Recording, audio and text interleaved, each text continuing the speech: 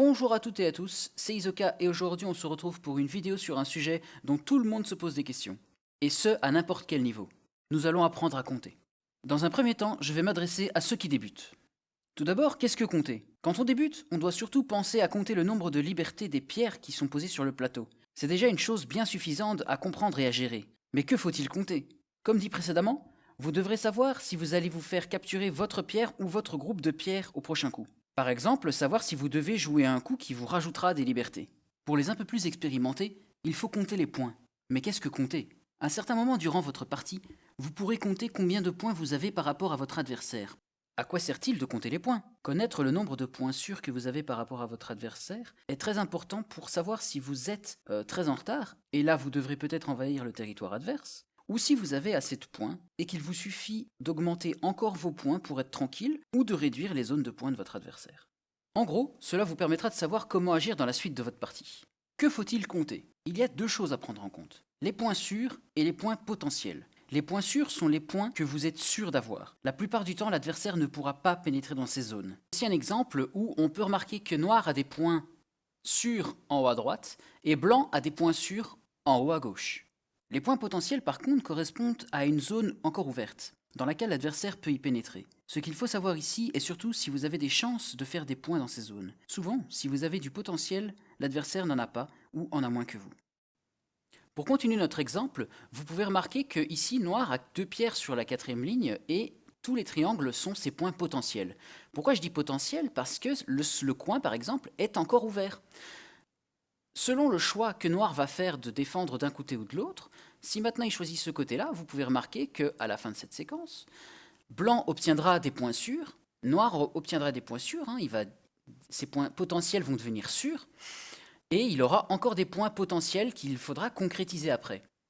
Si maintenant, noir choisit l'autre côté par exemple, vous pouvez remarquer qu'à la fin de cette situation, blanc aura encore une fois des points sûrs, noir aura quelques points sûrs, puisque encore une fois, ce sera concrétisé, et il aura encore des points potentiels.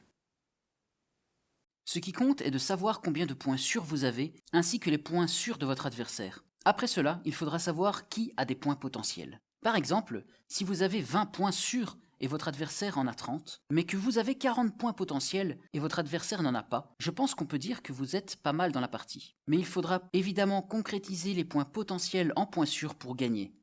Répondons enfin à la question de comment compter. Vous avez plusieurs possibilités. La première, et non pas la plus simple, est de compter intersection par intersection, plus les prisonniers encore sur le plateau avec les intersections se trouvant en dessous, et finalement les prisonniers capturés. Sûrement la plus longue des méthodes. La deuxième, ressemblant un peu à la première, cela dit beaucoup plus rapide, consiste à compter les intersections deux par deux. Non pas les compter 1, 2, 3, 4, 5, 6, mais plutôt compter 1 pour deux intersections côte à côte. Cela permet de compter moins loin et plus rapidement. Comptez également 1 pour chaque pierre prisonnière encore sur le plateau, puisqu'il y a la pierre plus son intersection. Ensuite, il vous suffit d'ajouter le double à votre nombre obtenu et d'y ajouter les prisonniers capturés. C'est sûrement la méthode la plus utilisée. Une troisième méthode consiste à rester très approximatif et compter le nombre de points selon les différentes positions sur le plateau. Par exemple, une invasion Sansan apporte un certain nombre de points. Analysez qu'une position vaut X points à vue d'œil, ou encore qu'une position est plus ou moins équivalente à celle de l'adversaire. Tout cela reste très peu précis, mais peut donner une idée globale de la situation lorsque l'on a très peu de temps pour jouer. Quand faut-il compter? Il ne sert à rien de compter à chaque coup ou à chaque séquence. Je vous suggère de le faire au moins une fois vers la fin du Fuseki. Lors du Chuban, il faudra le faire lorsque vous devrez accomplir une action importante et à la fin de cette action, par exemple une invasion nécessaire. Compter au Yose est très important car c'est là que se jouent les derniers coups de la partie. Et plus vous évoluerez, plus vous serez efficace au Yose. Tout ceci n'est pas à suivre à la lettre, ce n'est qu'un conseil. Pour terminer, j'aimerais vous parler de l'affinité au comptage des points. Peut-être vous êtes-vous déjà dit pourquoi je vois 4 points ici alors qu'un autre joueur plus fort en voit 8, 10 ou 12 points. Plus vous ferez l'exercice de compter vos points, plus vous comprendrez où sont vos points dans les différentes positions que vos groupes de pierres ont créées. Parfois vous compterez trop de points, parfois vous n'en compterez pas assez. Mais tout cela va s'affiner avec la pratique. Nous en avons fini avec cette vidéo sur l'intérêt du comptage lors de vos parties. Entraînez-vous le plus souvent possible sur vos parties ou celles que vous regardez. Et n'oubliez pas, plus vous le ferez, plus vous apprendrez et vous serez efficace dans votre jugement de la partie. J'espère que cette vidéo aura répondu à vos questions. N'hésitez pas à laisser un commentaire en bas de la vidéo si vous avez des questions ou sur votre appréciation et amusez-vous bien. Bonne partie à toutes et à tous.